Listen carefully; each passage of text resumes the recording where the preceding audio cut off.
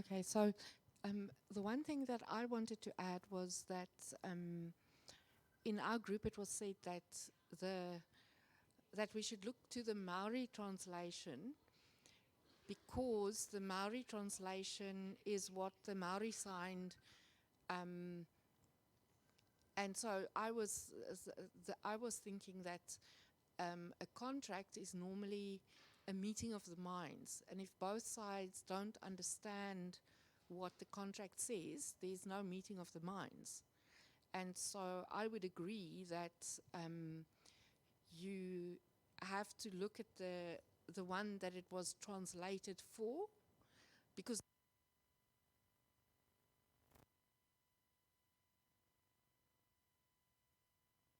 in that context, in the context of the contract. So you can't say there's a contract if there's no understanding.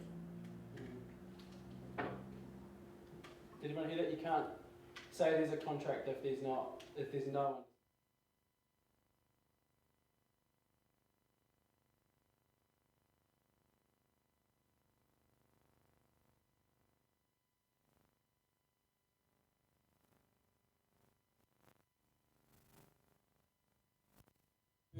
Do we think that between husbands and wives that we are on the same page when we're actually not? But we think that we've communicated it, we think we've made our expectations clear, we think that our interpretation of what the other one is saying is clear, we come to an agreement that, yep, you got it, yep, I've got it, yep. But actually we go away and for whatever reason we go about our lives and then we find that, oh no, that was not what we agreed to, actually. What's happened there? And so real life, simple example, but I think it definitely can speak to what can happen when two different parties from, in this case, two different worldviews, which is why we looked at worldviews in the first week, lightly, and so many other reasons that that could cause a breakdown in communication and understanding. Yeah. Was there another group somewhere? Is that everybody? Ka pai. Yes, yes. Now, and those of you who got my emails or remember from 2 weeks ago, we asked you to bring something valuable to you. If you have one of those things, I'd like for you to bring and put that thing in the box, please. Well, just this is a trust exercise.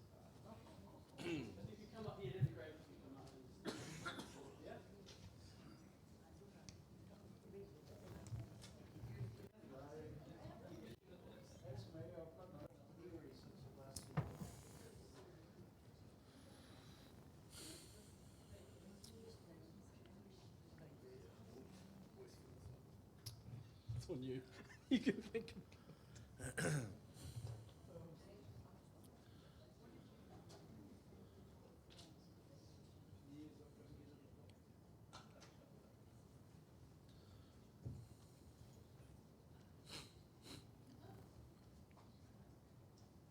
Just to kind of hear a couple of answers in the room. How are a couple of people feeling right now? If you have put something in the box, how are you feeling right now? Are you going to give it back? Sweet as. Okay. We'll see if you're still feeling like that at the end. We got a little bit of anxiety over here. Anxiety? Oh, okay, you trust me. Okay. Slightly vulnerable. Did you put your hand up, Mato?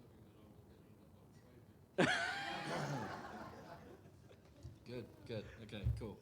Well, we'll address that periodically as we go. Go ahead, Dallas. All right. So, whānau, I've been in a wānanga all day. A wānanga is just a time where you come together and have a whole lot of kōrero and learning happens. So I've been at Ngāhoe Whāmarae, which is, who's been to Ngāhoe Whāmarae on Pages Road? Awesome. So that's where I've been today from 8 until 6. So I'm real tired. And I'm there tomorrow and I'm there on Saturday. Beautiful kaupapa, beautiful kōrero, very enriching. My spirit feels very alive, but my body is weak. And why am I saying that? Because if you're like, this guy looks tired, I am. Very tired. And there is going to be a lot of information that I'm just going to put before you. Okay, so that's a bit of a warning that there's a lot of words coming. I'll try and weave in a bit of a break and a bit of a kind of some responses from the floor. Who has heard of that's not going to work. No worries. Who has heard of he wakaputanga o rangatiratanga o New Tiriti? Hand nice and high. Awesome. What do we know about it? Just heard about it? Agreement of the Northern Chiefs Yes. with Busby. With Busby. You were going to say that? Ka pai. Anyone else? Do you want to add anything? Oh, yeah, ka pai. Let's have a look. So, what do we notice about the date? 1835. Predates Te Tiriti. Okay, so actually, I was quite impressed with how many hands went up in the air then. Although I have to say, over the last couple of weeks, I'm like, I can tell that we're kind of speaking to the converted in this room. So it doesn't surprise me that a lot of you put your hands up, because it feels like you've been on this journey for a while. However, we need to go back to the Declaration of Independence, because this really set the scene for Te Tiriti to happen. A lot of people in the Māori world, at least, would say that this is the tuakana, this is the older sibling, this is the most important document compared to Te Tiriti, because it really did set the foundation and set the scene. Yep. Is that King George's time? What do you mean? In 1835? Yeah. Oh, gee, I'm not like a history buff, sorry. Someone else might know that. Victoria. It's still Victoria, yeah. Right, right. Oh, yeah. Anyway. Okay. What? I don't know. Yeah, here we go. I'm just going to go, they were meant to come up individually. Sorry about that. So here's just 10 points for you, for us to work through. So issued in 1835 on October 28 in Waitangi, New Zealand. As has already been said, it was actually a hui with the Northern Rangatira. However, as part of the wider document, there was an agreement, I think they call it the codicil or something, I don't know how to say that word properly, codicil. You'll see it later, where other rangatira actually agreed to it as well. Purpose, it was created by a group of Māori chiefs to establish a sovereign Māori state. And it was in response to the concerns about the encroaching European influence. So basically settlers were here, they had been here for however long, and the Māori chiefs were getting, in the Māori world, was getting a bit concerned about what it is, the behaviour and everything that they were seeing kind of encroaching on this land. And so they were like, right, we need to kind of establish some kind of declaration that talks about our own mana motuhake, or our own sovereignty, our own personhood. So sovereignty, the declaration asserted the sovereignty of the independent tribes over New Zealand and its islands, emphasising their right to manage their internal affairs without interference from outside powers. It sought recognition from the international community, particularly Britain, of course, for the independent status of New Zealand as a Māori-controlled territory. And number 5 there up on the screen, signatories. The document was signed by Māori rangatira, Māori chiefs. Do I have to do that? Oh yeah, I have to do that. Sorry guys. See, I told you I was tired. So the signatories were Māori chiefs, and it was also witnessed by the Crown resident as well. So let's go to the next slide this time. No, that one, there we go. I'm clicking my computer thinking I'm clicking clicking the thing.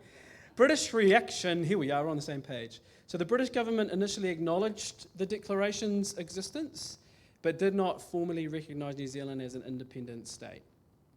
Some would say it was kind of a bit of a token gesture by Britain, like, well, let's just acknowledge what these Māori have agreed upon.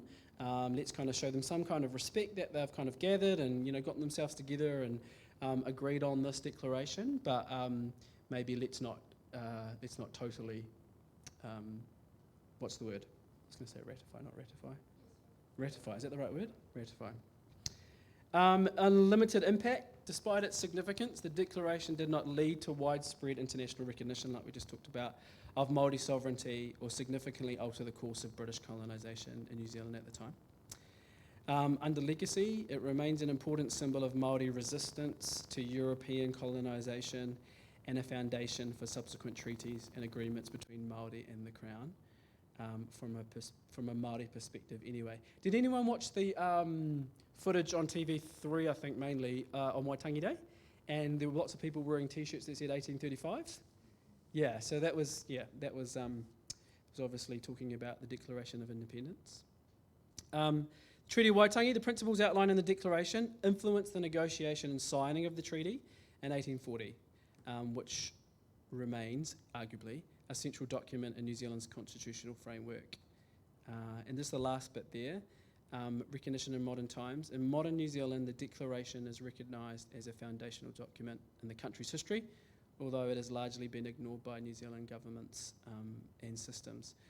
Part of my surprise for people putting their hand up around knowing about it, although like I said, I think this room's converted in many ways, is because actually a lot of Kiwis don't actually know about the Declaration of Independence. They know about the treaty, Te Tiriti, but they don't actually know about the Declaration of Independence and also how much it influenced or set the foundation for Te Tiriti to happen because of the dishonouring, I guess you could say, or the discounting of this particular document, which then led to, and then the encroaching influence of British settlers kind of just continued to get worse, let's say. Not entirely, but it did get worse. And so all of this was happening, this wasn't being honoured, and so then that all kind of led up to the, as well as obviously what we talked about last week with the Clapham sect and Wilberforce, that all kind of culminated in actually we need to think about a treaty between Māori rangatira, Māori chiefs and Britain. Does anyone have any kind of extra kōrero or extra kind of things that they know that they'd like to add to this? I know there's some people in the room that know a lot about the Declaration of Independence. Before we move into Te Tiriti. One of the things about the Crown there, it's not actually about Queen Victoria. It's actually about the Mayor of London. And it's something I've only just found out in reading this newly published book that I gave you guys tonight. And I didn't realise that. Yeah. That one. I have some more copies there if anybody would like that. Oh, this. Bill has some copies. I have some copies for sale if you would. Talk to him after, yeah. One thing I found out is that it was actually William IV was the king at the time. So there we go. Ah, there we go. Okay.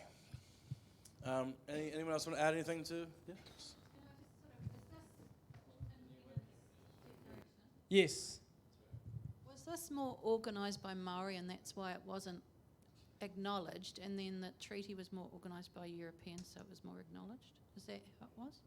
That would be like, yep, that was probably, I want to say simple, but I'm not calling what you just said simple, but that would be a simplified version of it, yes. Yeah. This was a culmination of Māori rangatira of different hapu coming together, especially in the northern areas, saying, actually, we need to do something about this to be able to retain our own sovereignty over our own people because of the encroaching influence of Britain. Yeah. Hold on. Lindsay's got the mic. The British government did appoint Busby and send him in. My record is 1833, a couple of years before this agreement was signed, and he was sent because of the problem of behaviour of Europeans, and his task really was to do something about it. Yeah. So this was quite an intentional thing between the Crown and the Maori, is my understanding. Yeah. Okay. Anyone else?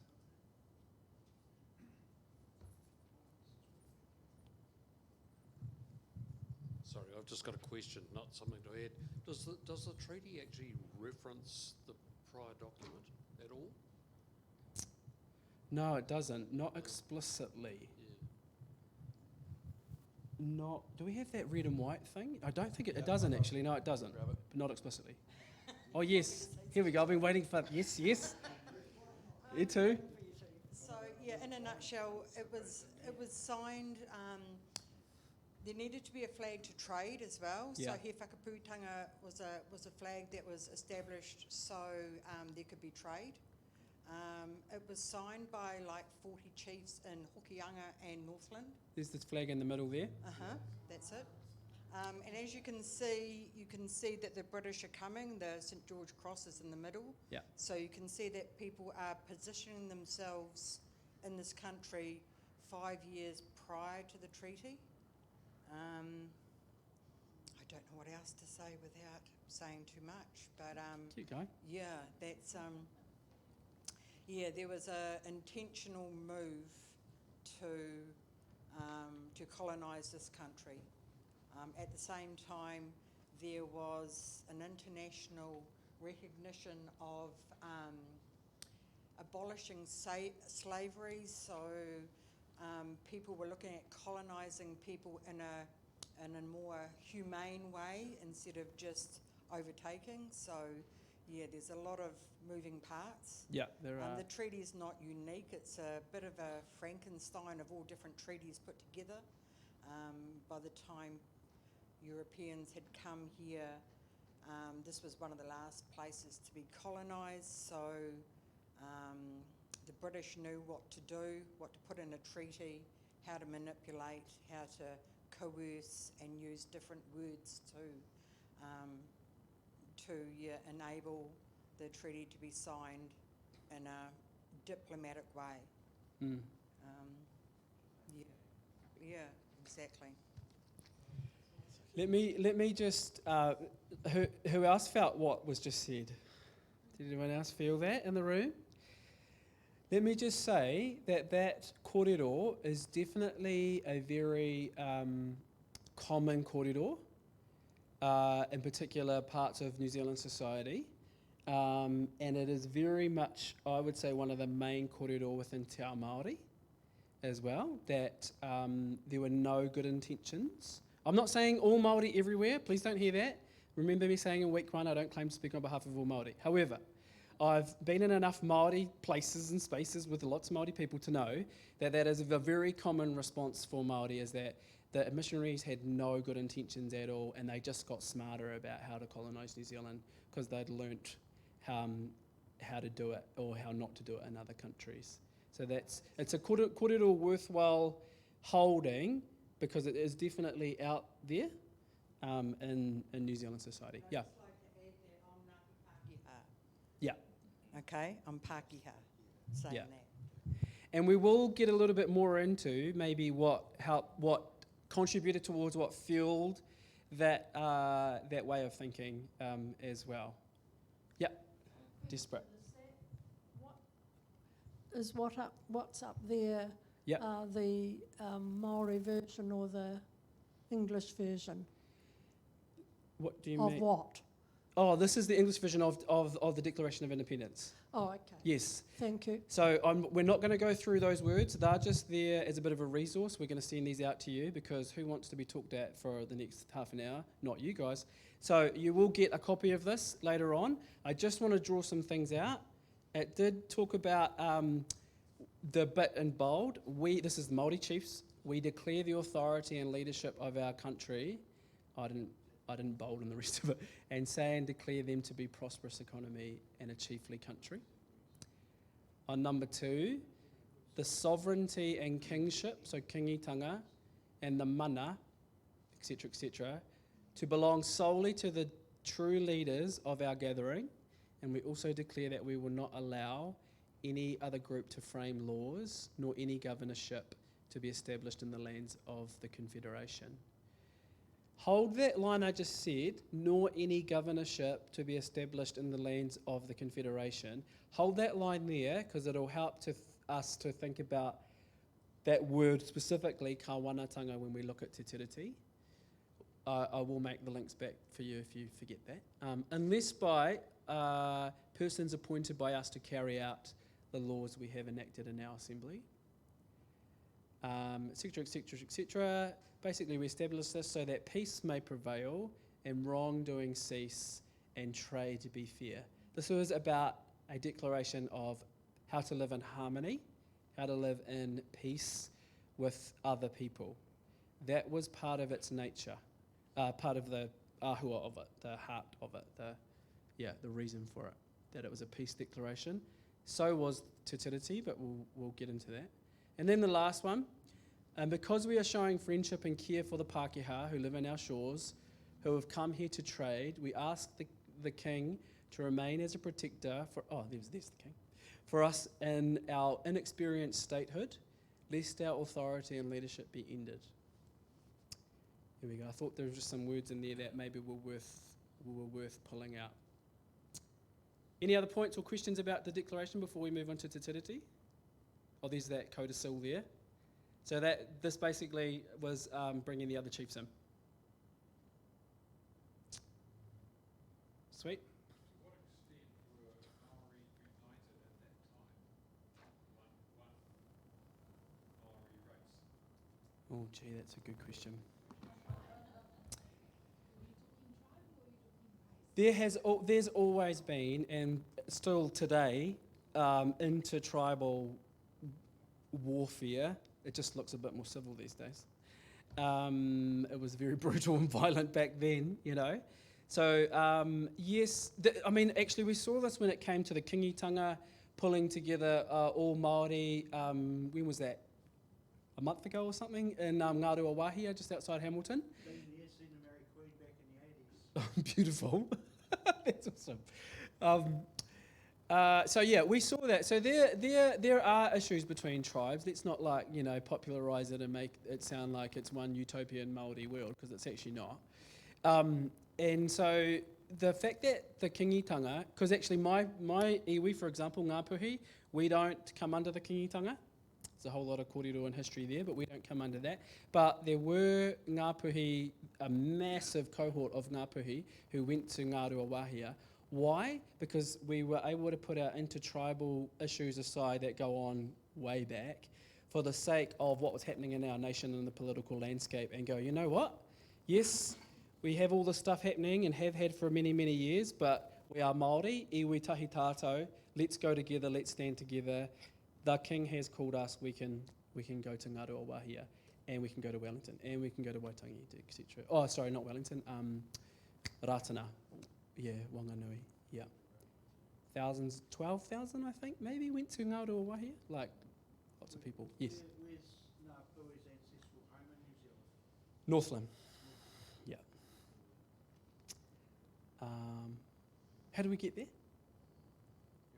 Anything else about that? Oh, yeah. Yeah, Yes and no. Any other questions or thoughts or anything? Yeah.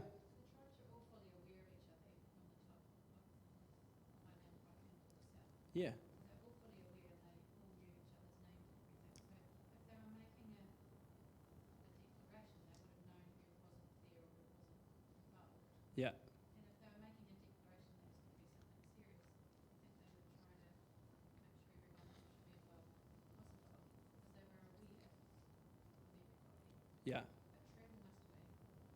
Yeah. Yeah. Yeah. I don't know the number. Someone in the room might know, but after Waitangi, February the 6th, the treaty went round the country. I don't know how long that took, but it was then signed by, I think, another 500 chiefs. I have no idea how long that took, but it would have took a very long time. Yeah, around about 40, at Waitangi, I think. Yeah. Yeah. Yeah. So it would have taken a long time. Yeah. Okay. Yep. You want to say something? I'm just going to introduce the video. Oh yeah. Right. Let's do that. Go for it. Last time we met, we all showed that video with the prehistory stuff. Can we cue up? We got this queued up, John? We're going to now just watch a short introduction to the treaty. I think probably, not this one, this one. And it's only about 5 minutes, but it'll also add to the kōrero of what we're hearing. Yeah. Yeah.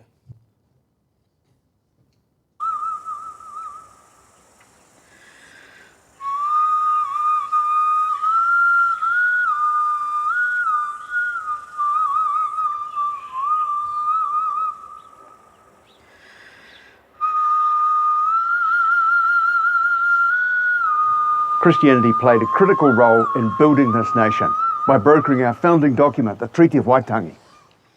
4 years before the treaty was signed, Sir James Stephen was appointed to the British Colonial Office, which was effectively the government department that ran the empire. Stephen had a very strong evangelical Christian background, as did his family, and they came from a group that was very involved in social reform. And to a considerable extent, Stephen's personal views on Christianity and on humanitarianism informed how he made decisions on foreign policy. Now, at that time, in the 1830s, the British government was very much opposed to any further treaties with colonies on the basis that they would cost a lot of money, they wouldn't yield much in terms of benefit for Britain. But Stephen was adamant, based on his personal views at least, that the indigenous populations in places like New Zealand needed protection, and that ultimately led to the instructions for a treaty in 1839. The treaty was unprecedented in the way it gave to the indigenous people of this country the same rights and privileges as British subjects.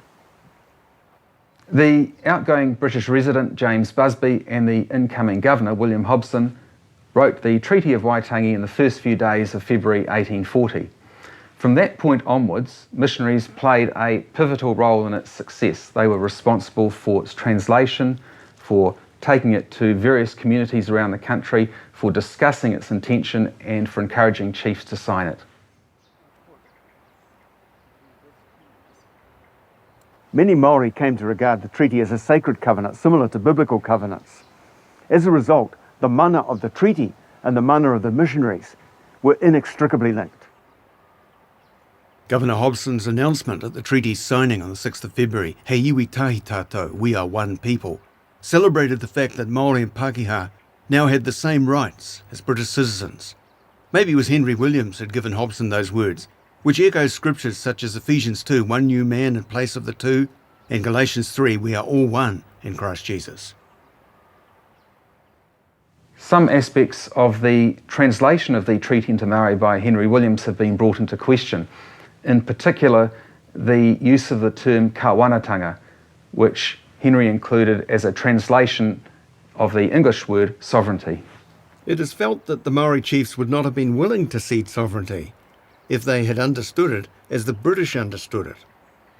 There are, however, some who defend Williams' translation. I'm very clear that there was no duplicity.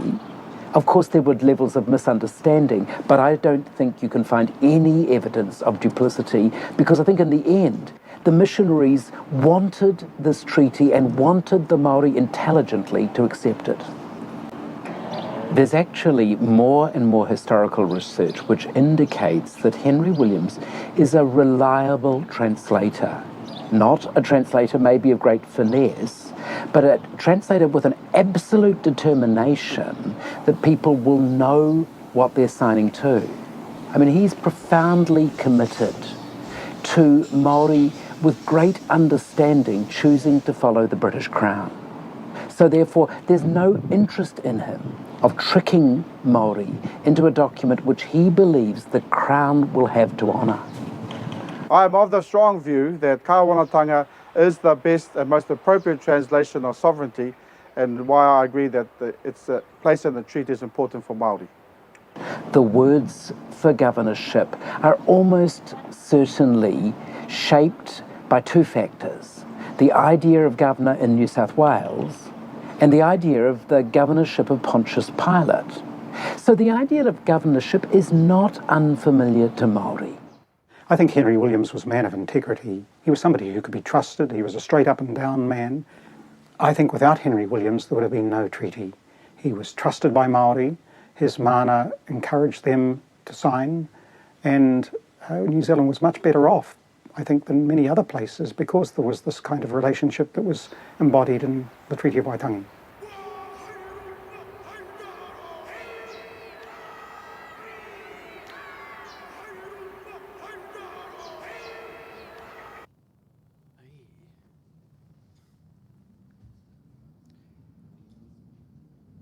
So here we have I mean, there was a lot in that DVD, even though it was only a short one, but already we can see the other side of the kōrero. That's basically saying actually Henry Williams had really good intentions, the missionaries had really good intentions when it came to putting this putting this treaty together. Hence why we're still working it out today, what the whole thing means. And Bishop Kito was the Māori man in there with his Anglican minister. I don't know if it said who he was, but he is what titles do the Anglicans use? Archbishop, Bishop of Te Tai of Northland, and maybe even over Auckland as well. Very, very, very well respected man. Again, if you watched the footage on Waitangi Day, he was the one at the very beginning who kind of opened the dawn service up. He would have normally been the one preaching, but he chose to hand it over to Matua Alistair Rees. Did anyone see Alistair Rees's kōrero? We're going to send a link out to you if you haven't seen it. Really encourage you to listen to his 15-minute, I think, sermon. It was really, really good. He got absolutely ripped apart for it. But I'm not surprised by that, because I know about some of the narratives that are out there, especially in the Māori world, that basically it was just a tool of expansion, Western colonisation. Did someone put their hand up? No? Great. So let's move on. If I can. Can we just go to the next one, ma'am? No, I'm pushing buttons. Gremlins. Oh, there we go.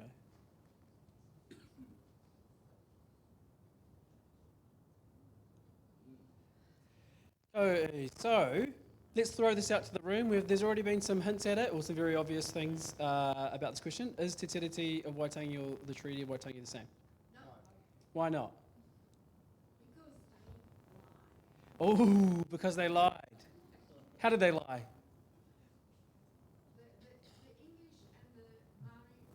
The English and the Maori don't say the same thing. Yeah. Okay. Anyone want to add to that? Yeah.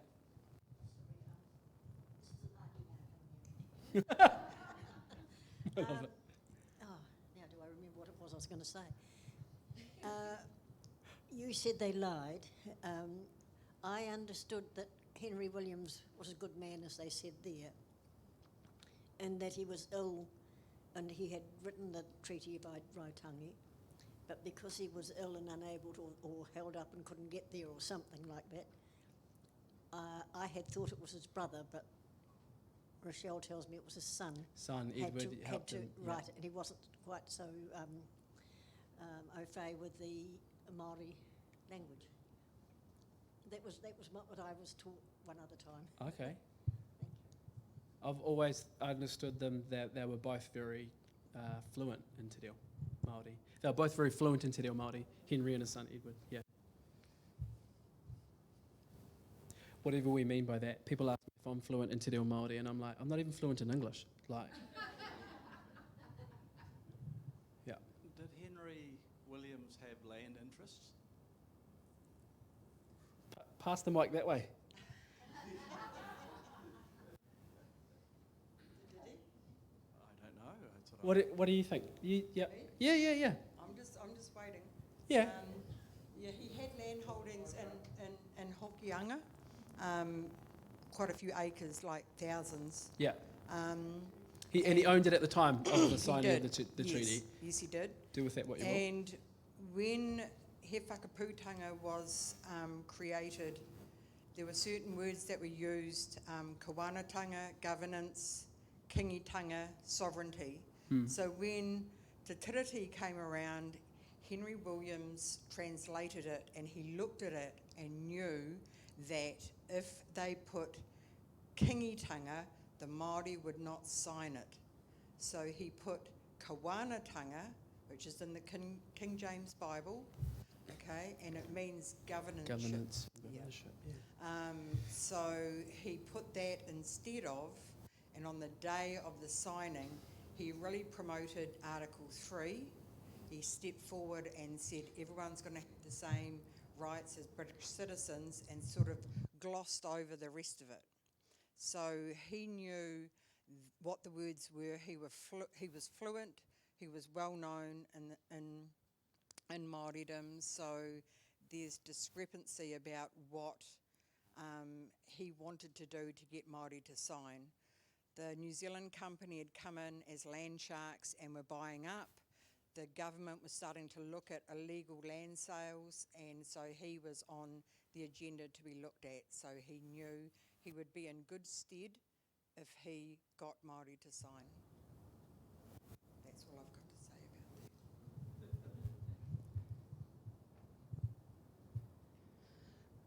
about that. All right. Oh, sorry, guys. That was really loud. My bad. I was waking myself up. As has already been mentioned, only around 40 Māori rangatira.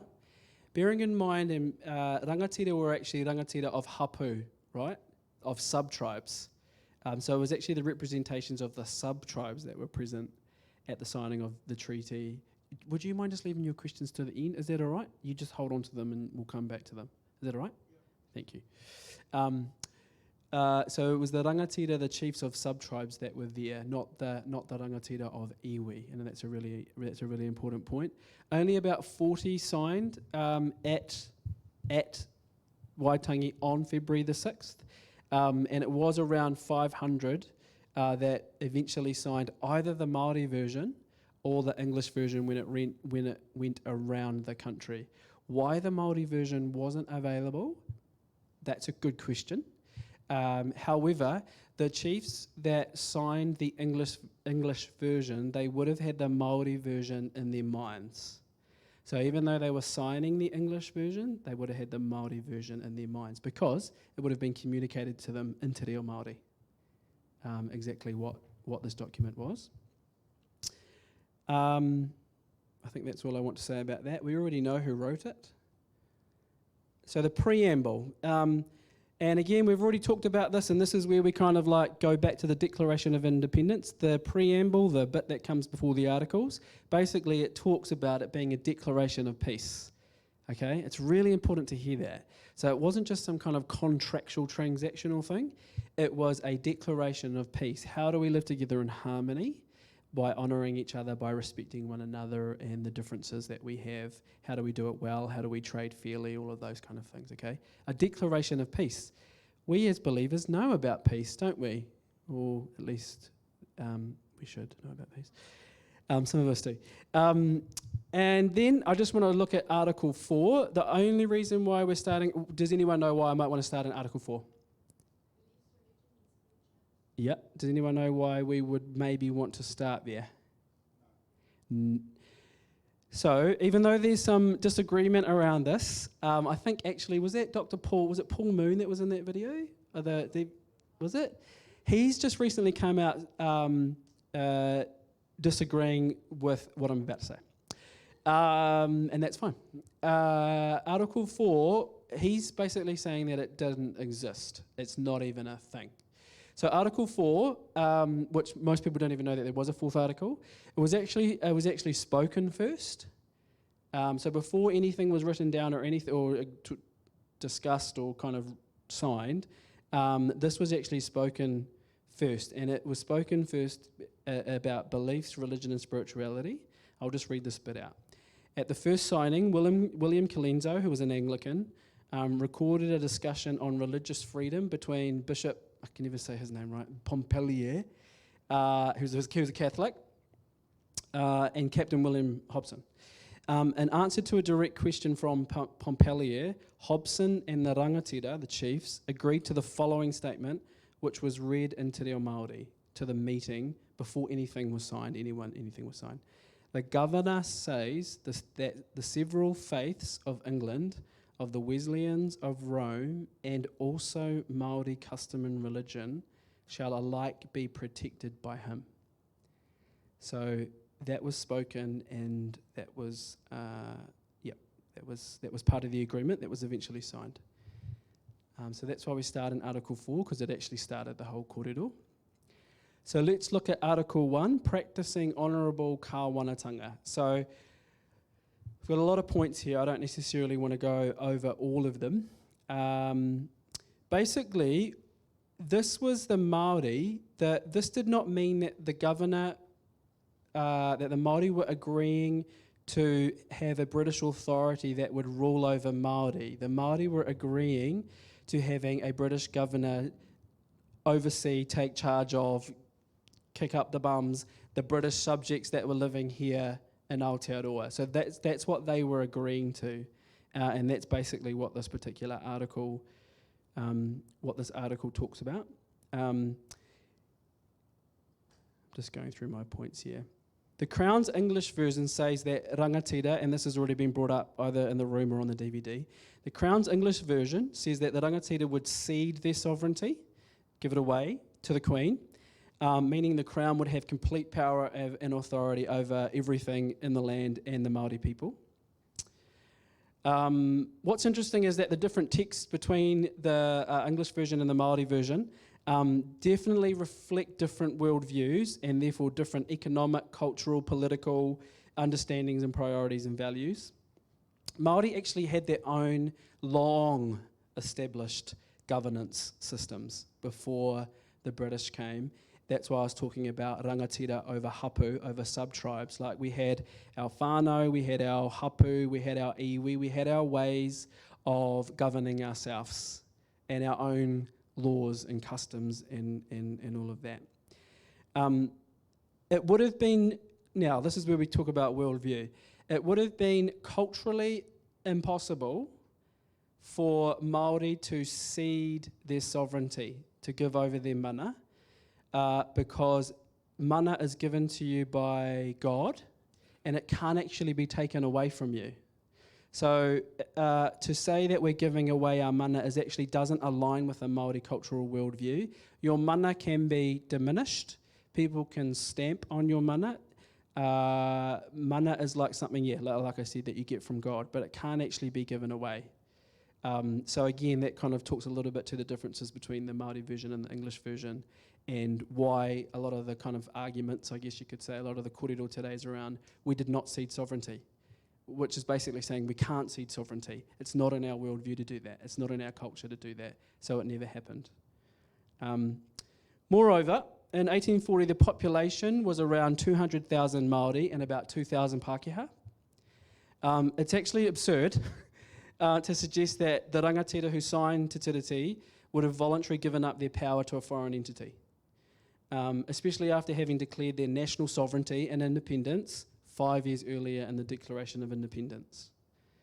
There's no way that they would have actually given that power over. So that's Article 1. Like I said, I'm going to be throwing a lot of words at you, and you might feel like you're drinking from a fire hydrant.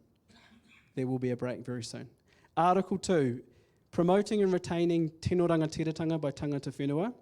So Te Tiriti, the Māori version, says that the Crown recognises and upholds the paramount authority, or the tino rangatiratanga, of the hapu over their lands and their villages and all of their precious taonga.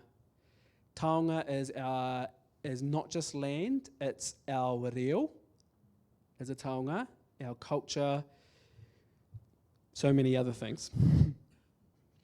So this directly contradicts the giving over of sovereignty referred to in Article 1 of the Crown's English version.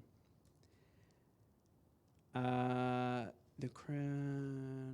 Crown guaranteed it would uphold Māori authority and sovereignty over their lands, villages, and everything else that they treasured, and accorded Māori the same rights as British people. I'm just skipping over my notes here. Article 3, Māori participation in kāwanatanga, or governorship of themselves, and this talks about Māori being able to do that in ways determined by Māori for themselves in relation to tikanga, the right ways of doing things, and that this was to have the same equal merit or standing as the rights of Pākehā. And Article 3 accords to Māori the rights of British people, additional to the rights they already enjoyed in their own society. So, let's just pull some of these words apart. Sorry, there's lots of words up there. Don't worry if you can't see it. So, kāwanatanga is really what's throwing the whole thing and just kind of blowing it apart, actually. which is, again, what I've just talked about, what they were talking about in the DVD. There's definitely two distinct camps, as you've possibly already picked up. One was like, yep, the word's fine, totally means what it's meant to mean. There's no difference between the English and the Māori version. And then the other side's obviously, no. There's a totally different worldview going on here. There is a bad agenda here. That is not the word that should have been used. That's basically the kind of the kōrero.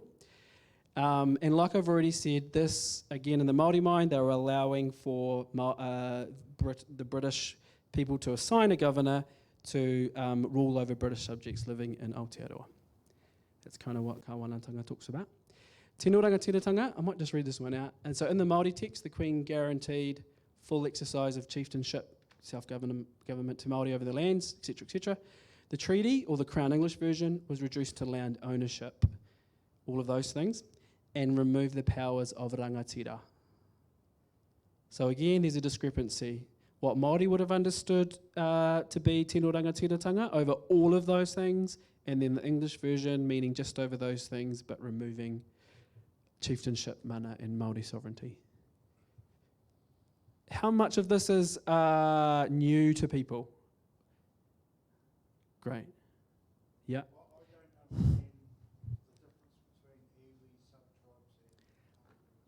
Oh, yeah. So basically, if we start like a small circle, here's me and my whānau. And then if we go out a little bit further, hapu is basically a collection of families that live in a village, let's say, live together, hapu. And that is probably the most dominant, kind of like structure within a Māori world. And then you have iwi outside of that, which is the collection of sub-tribes of hapu. Yeah. So my hapu is Ngāti Kaharo, Ngāti Hauki o Manaia, so two hapu that are in o Manaia and the Hokianga, but my iwi is Ngāpuhi. Yeah. Yeah. We're the biggest tribe in New Zealand. Just thought I'd throw that in there. Oh, and we haven't and we're still arguing among ourselves. Why? Because there's over 100 hapu in Ngāpuhi and we can't agree. They better have it sorted by the time my kids go to university. Any other points or thoughts or questions? That was such a cheeky comment. I'm obviously tired. Yeah. Great. Thanks, man. Yep.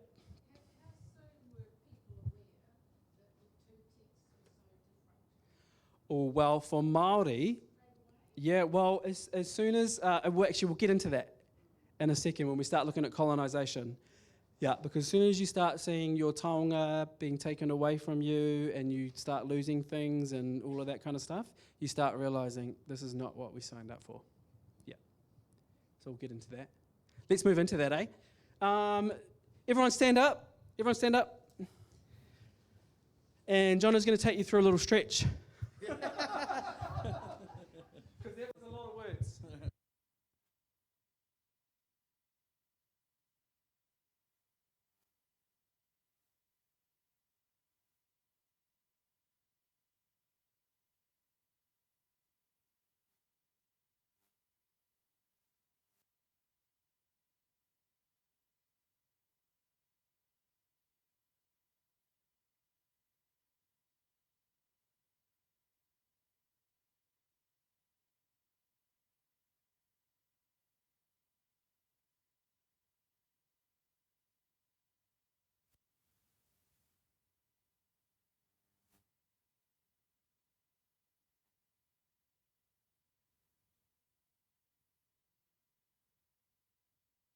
In a line, a whole bunch of volunteers, please. On a spectrum here, you're going to face out that way, and you're going to read something out to everybody else, okay? Maybe let's get 20 people up here. Quick, quick, quick! 20 people. And as I give you your piece of paper, just go and start the line. Start the line. You're going to end up wherever. Do we have a brave Māori person in the room? Do we have a brave Māori person in the room? Got a brave Pākehā person. Do we have anybody in the room? Okay. Okay. Oh, we need some more people.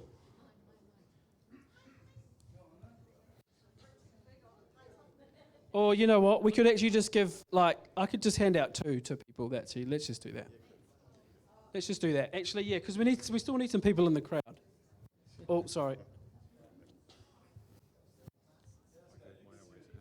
Oh yeah, okay. Yeah, if you need glasses, you might find this hard. Oh yeah, sweet. Okay, do we have any Māori whakapapa in the room other than myself? I've been whitewashed. That's what someone else said. Cheeky. They didn't get the invitation.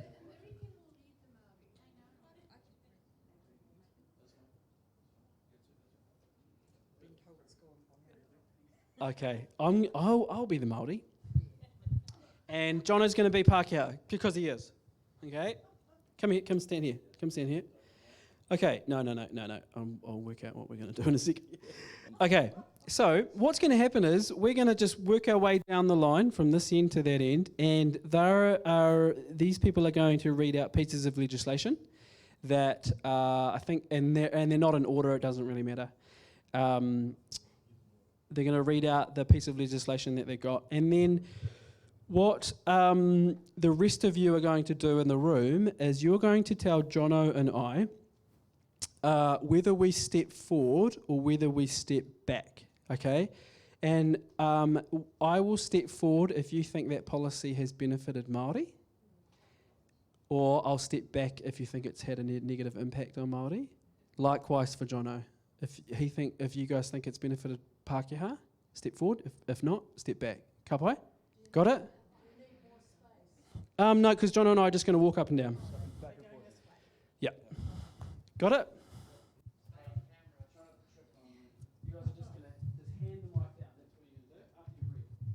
The four. If everyone's got 2, go all the way down and all the way back. Instead of reading 2 in a row. Well, and by the way, this is not like a research case, okay? We're not going to fully pull this apart. We're just going with, did it benefit, did it not? Think piece, okay? 2004, the Foreshore and Seabed Act, Māori had never sold or given away the foreshore and seabed. But in 2004, a law is passed so that the foreshore and seabed will now belong to the government.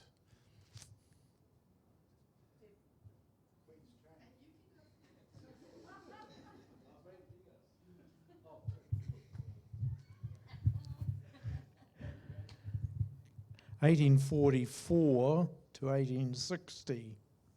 Between 1844 and 1860, the government buys most of the South Island in 7 large blocks. It pays less than 1 cent per acre and agrees that 10% of the land will stay with the Maori. The government keeps the land but doesn't keep the promise.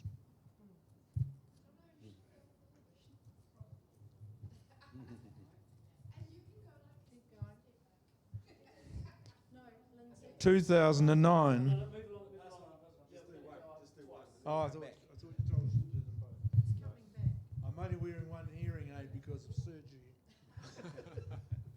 Okay, 1866, fisheries laws. This is the year the government passes the first fishery laws in New Zealand, Aotearoa. Some of the laws protect fishing areas. Some of the laws control who is allowed to catch fish to sell and when and where they are allowed to catch it. All of the laws show the government believes it owns the fishing areas and has the right to control them.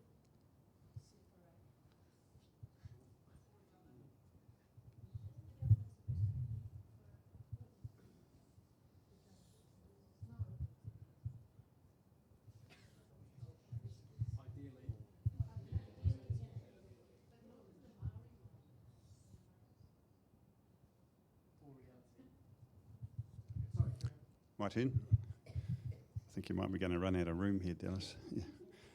1852, the New Zealand Constitution Act. The British government passes a law to create the New Zealand Parliament. To be able to vote, 1, you must be male. Two, you must be 21 years old or older.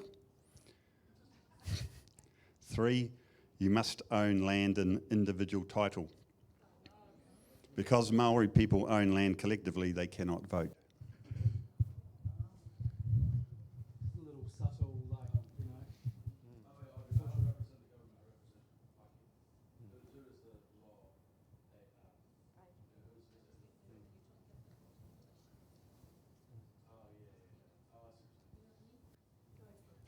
So this is that one there, just specifically so far, was probably a really obvious example of how social policy started kind of changing to benefit one over the other. Yeah. And just to add, Based on real views. And just to values. add there, 2 years before that, there was a constitution, Right, and yeah. there was a clause in it that said you had to be able to read and write, and there were more Māori who could read and write than Pākehā, so they abolished that part and made another act. And it was the missionaries who taught the Māori how to read and write. Anyway, carry on. By 1860, there are now more Pākehā people than Maori in Aotearoa, New Zealand.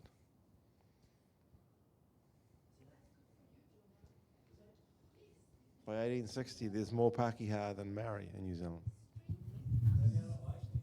Would you? Is anyone not wanting me to step back on that one? Okay. There's some benefits. Yeah. Yeah.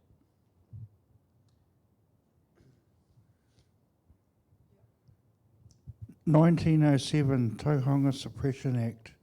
A new law says that Māori regrets called tauhanga are not allowed to use their skills. For example, health experts cannot treat people. This law actually stops them using many other kinds of traditional knowledge as well.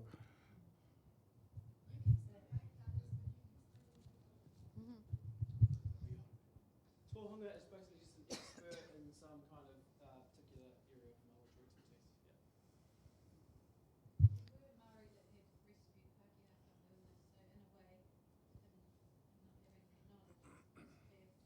Nice. Yeah,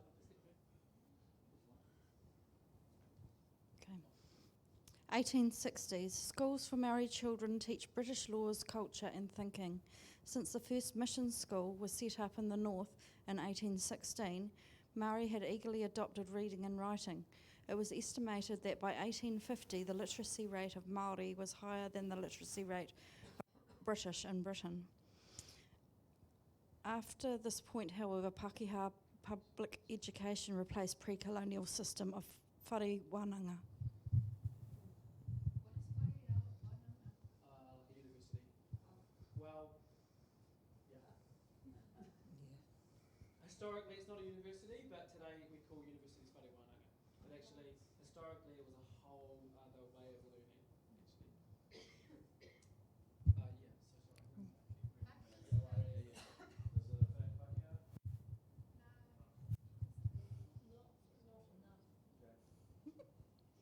The New Zealand Settlements Act of 1863. The settler government is under pressure to make land available for the new Pākehā settlers. Most Māori hapū don't want to sell their land, so the government attacks some Māori areas, including Taranaki and Waikato. This act allows for the confiscation of land without compensation from Māori considered to be in rebellion or defending their land. More than 3 million acres are taken in the North Island. Later, about half of the land is given back.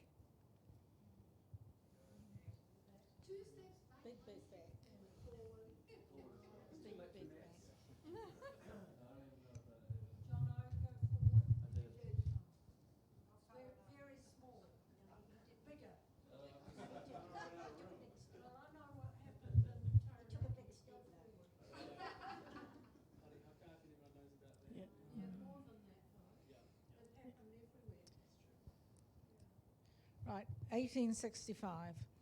1865 Native Lands Act. The government creates the Native Land Court. Māori must go to court to get a title certificate for land they already own. Māori people own land together with the other members of their hapū, But when they get the certificate, it only has the names of 10 owners. The court is very expensive, and often Maori have to sell land to pay the bills when they are awarded their land title.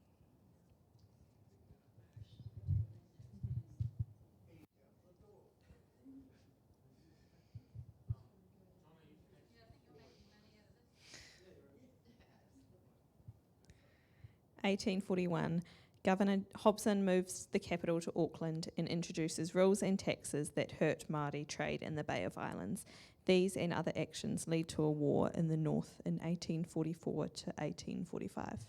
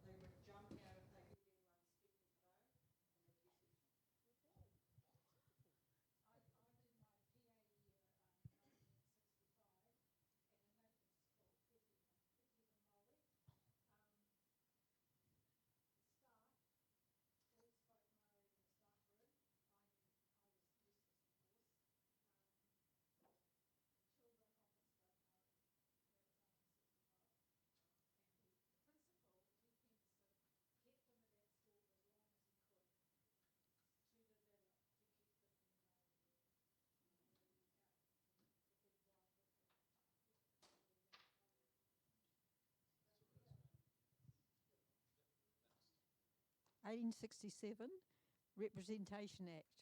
Because of the Native Land Court, some Māori are now individual landowners and able to vote. The government creates 4 Māori seats in Parliament to remove the threat of Māori outnumbering Pākehā in some electorates. The number is much smaller than the number Māori should have based on their population. Māori MPs introduced many laws to give Māori more control over land. None are passed because they are not supported by the Pākehā members of Parliament.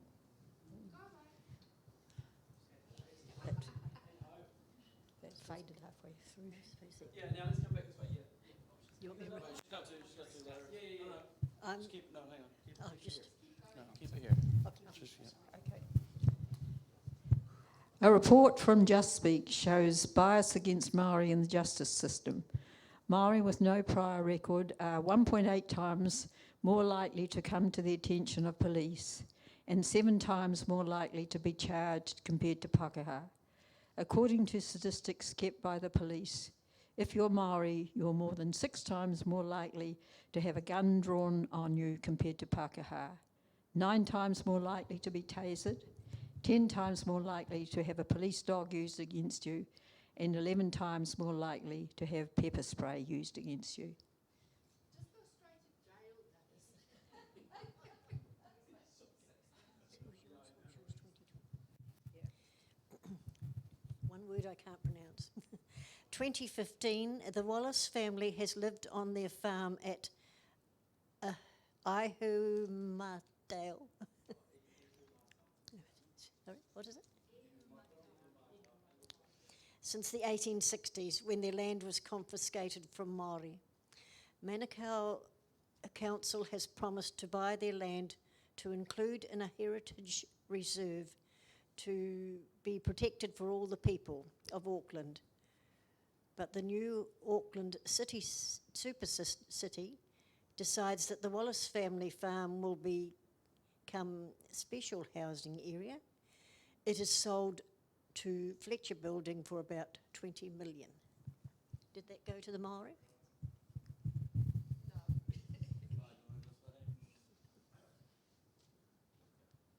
So, 2018, the Waitara Lands Act 2018. This act converts confiscated lands to freehold title. The land in question was stolen at the start of the land wars in Taranaki in 1860 and given to the new Plymouth District Council for free. The loss of land has had intergenerational consequences for local Māori.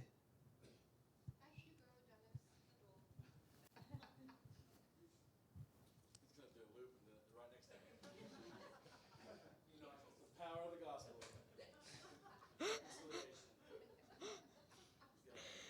2019, several inquiries begin into the uplift of Māori children from whānau. In the years from 2016, the number of removals of Māori babies from their mothers has jumped 50%. It is said that a Māori child is 6 times more likely to be uplifted than a non-Māori child. 1930s. Many people in Aotearoa, New Zealand do not have jobs. The government gives money to help unemployed people. Pākehā people get double the amount of money that Māori get. It's interesting, isn't it?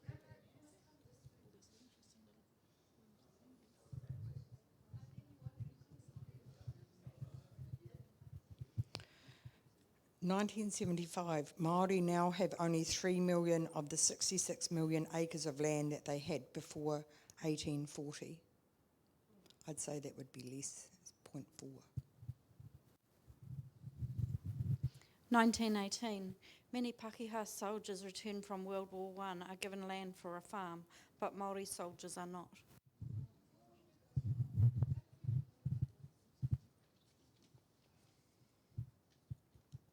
1867, the Native Schools Act. The government sets up schools for Māori. In Parliament, when they are talking about the schools, they say the schools will help to control Māori and teach them British laws.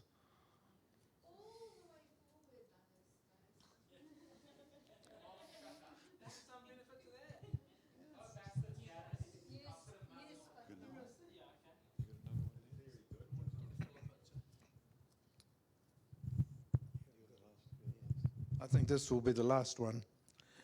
Excuse me. The government announces that there will be no Māori seats, 2009, no Māori seats on the council for the new Auckland Super City. Auckland City Council later votes to have one Māori seat in 2017, but this will first require a law change by the government.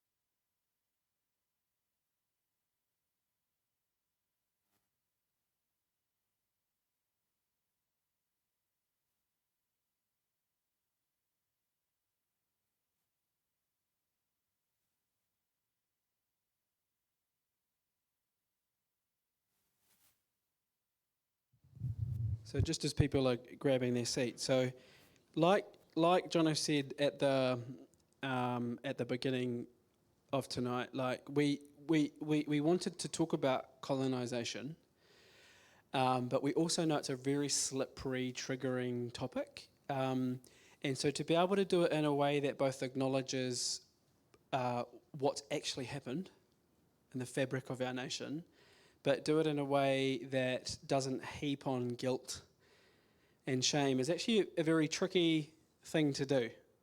How do you both have an honest conversation about what's our actual history and what's actually happened, what's been written into our laws, that's had a real impact on real people for generations, and yet not leave a room full of people feeling the sense of, oh my goodness, I'm bad because I'm white, you know. And so we wanted to do it in that way, to change up me and Jono talking, and to get you guys involved, but also just to actually go through all of, like, this is, like I said, this is what's been written in our laws that has affected Māori people. And as a Māori person, speaking on behalf of myself and also a lot of my whānau, the amount of times that we either get the message explicitly from other family members, or we might hear messages in media or in society and read it on the news and read it on stuff and I don't know, wherever we get our information from. The amount of times you basically hear the message said in many different ways, but its undertone is basically, man, Māori just need to get over it. Māori need to move on. What's wrong with them? They're lazy. Like, why don't they just pull their socks up by their bootstraps and get on with it? Like, they've got as much opportunity and privilege as the rest of us. Interlude, yeah. Is this actually very, very common, and comments like that are actually just really hurtful, actually, and they're actually just really mean, and that's not some kind of like plug to get empathy from you at all. It's more just like far out. Imagine if people could actually feel the weight of what's happened in our country, and then what is actually passed down into that word, generationally. What has actually been passed down, and just how long it can actually take for a whole people group to be able to get themselves out of this impoverished cycle that has been the cause of it, part of the cause of it, the majority of the cause of it, has been colonisation. Now, yes, of course there's been benefits. Like, of course there has been. You know, let's just kind of acknowledge the other side of it. Of course, there's been benefits of colonisation. There actually has been. But I think that we really need to just feel the weight of that. Let me just move on to. Does anyone have any kind of thoughts? How did that feel? Like seeing that play out? Make you feel guilty? It is the reality. After coming to know it, it's pretty obvious that it hasn't been on it for Māori. Thanks, man. Yeah.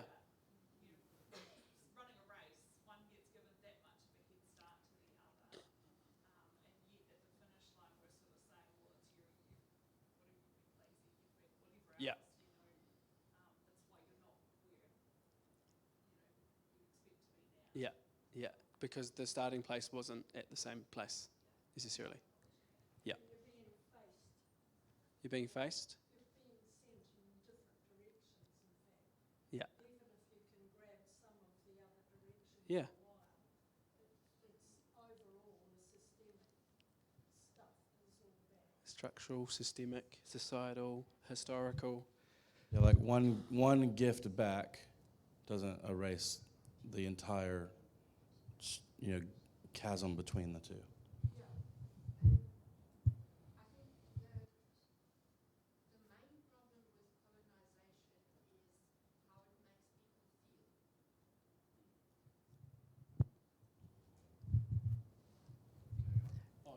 No, just that's.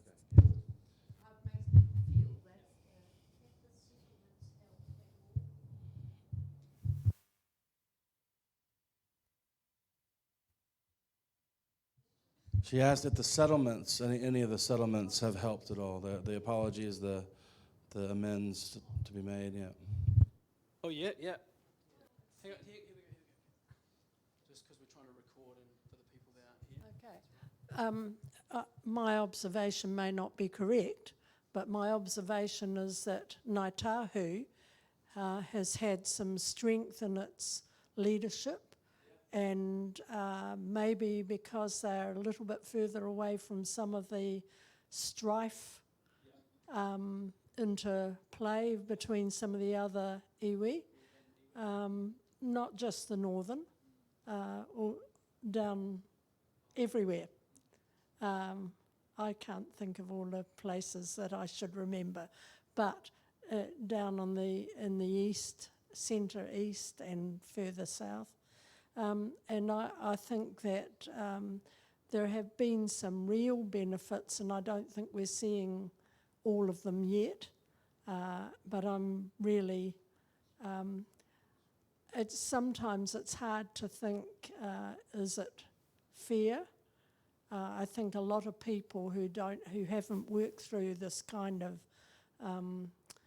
workshop have not been able to work out why it's fair and just and should happen to have reparation for things that have set Māori back so far in many areas. Not every individual and not every whānau, but a lot of people.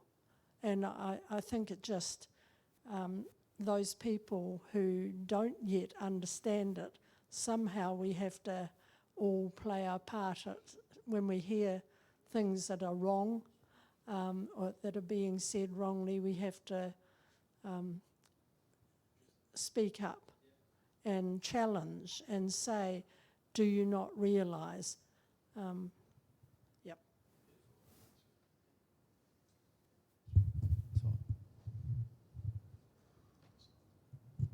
We've got 10 minutes.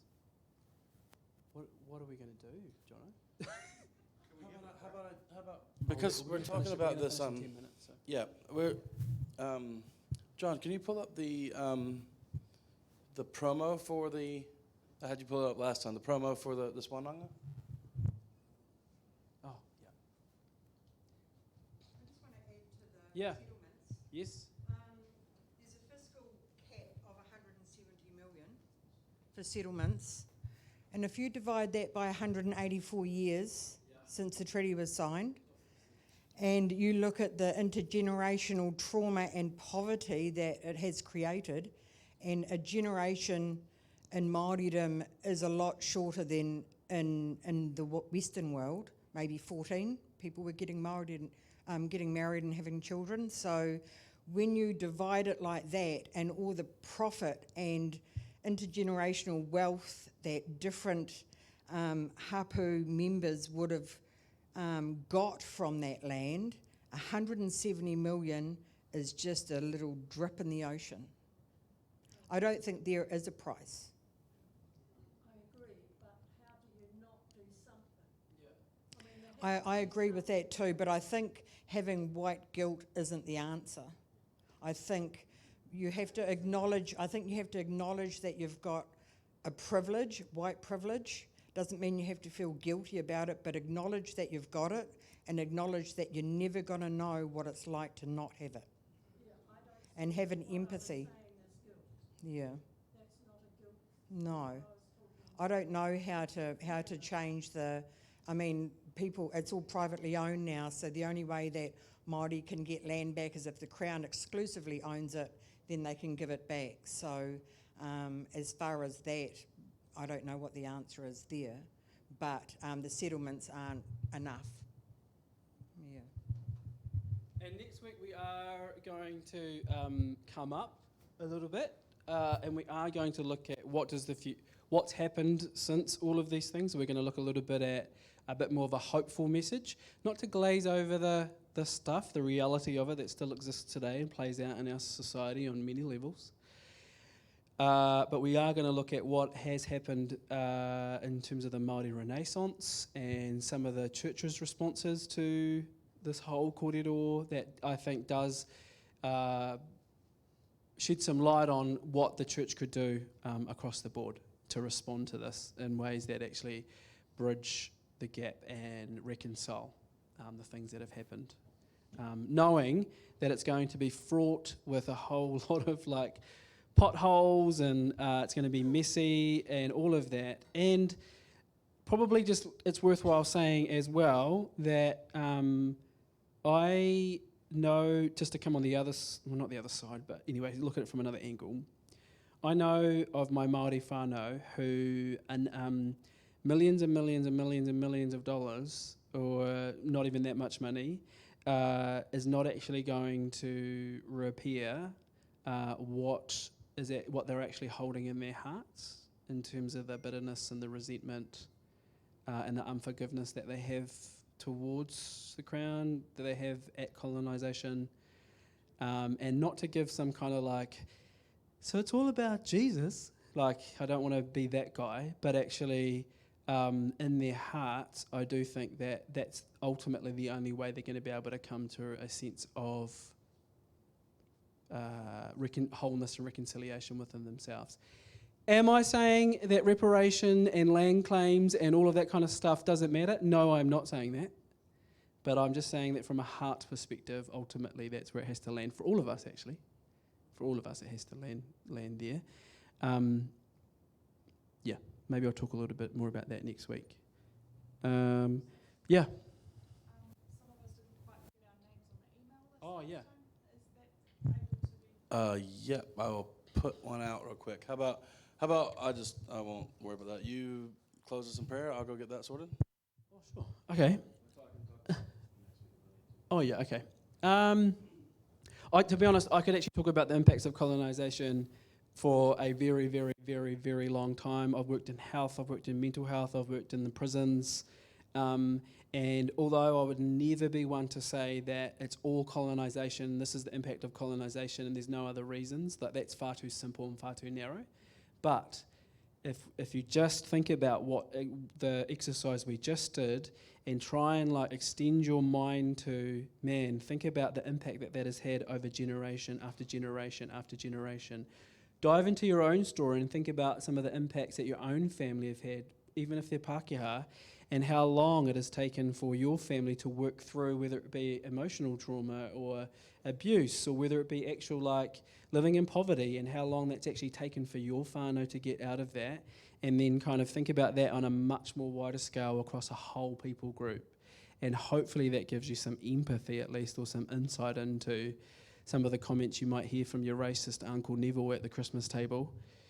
I have a racist Uncle Neville who sits across me at the Christmas table, who I show grace to through gritted teeth every Christmas.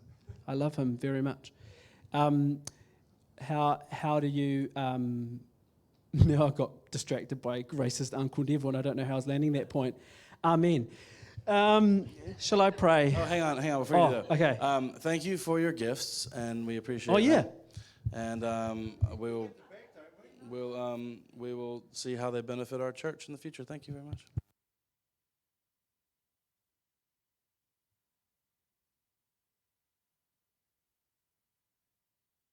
Yes, thanks for changing the subject.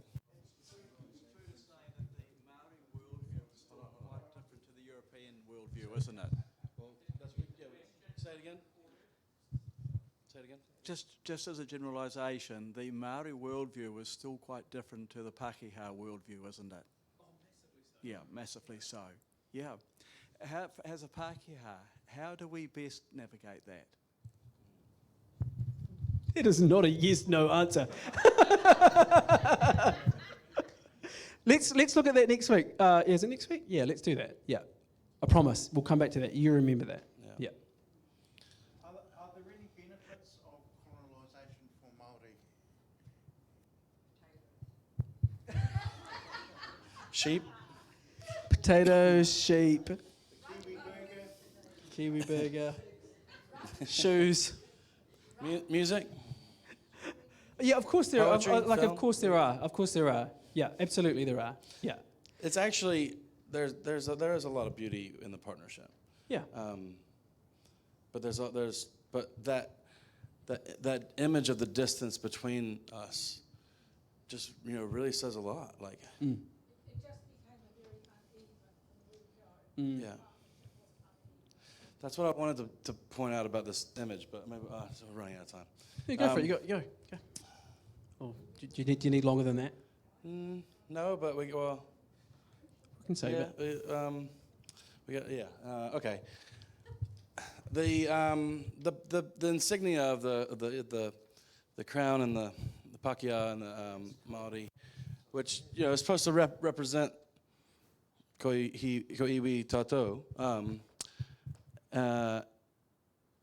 What are some things you notice about this? This comes down to worldview stuff. What's something you notice about that image? That's a woman. Yeah, top left image. Yeah, woman. Yeah. There's a very big crown over the middle. Yes. It's, Coat of arms. Wow.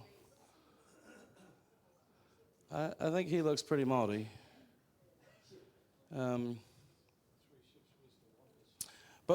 This is just a little experiment, and what you notice. But there's still like some pretty strong subliminal messages coming through in this just image that's meant to show Pākehā, the crown, Pākehā, and iwi on the same footing, which clearly we're not with the exercise we had before.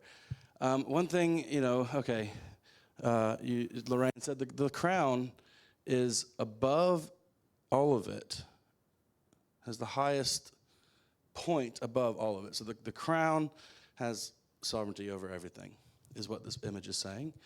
Another thing that stands out to me is what side of the crown is the English woman standing on?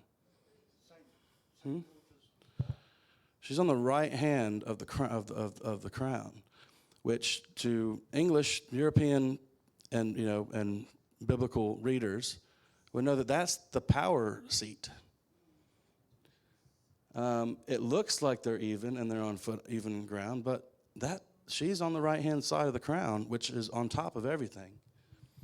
That's just a couple things there. I think there's probably a whole lot more you could probably pull out that's might be lost on a lot of people today, maybe on generationally, but I think it just still says a lot about what this is meant to promote, unity and togetherness of the treaty, but it just, to me, it just tells a part of a bigger story, maybe subconsciously or implicitly or subliminally, but it's still there.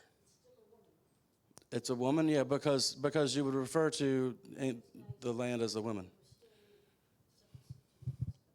Oh well, that's a nice point. Yeah, I think you would because you would refer to the land as a woman, like like her,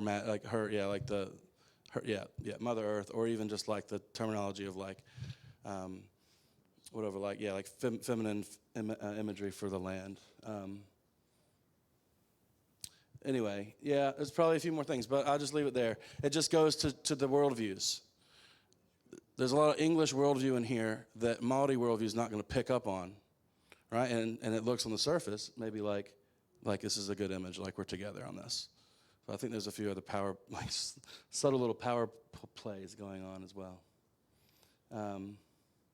Standing on the ferns is another thing.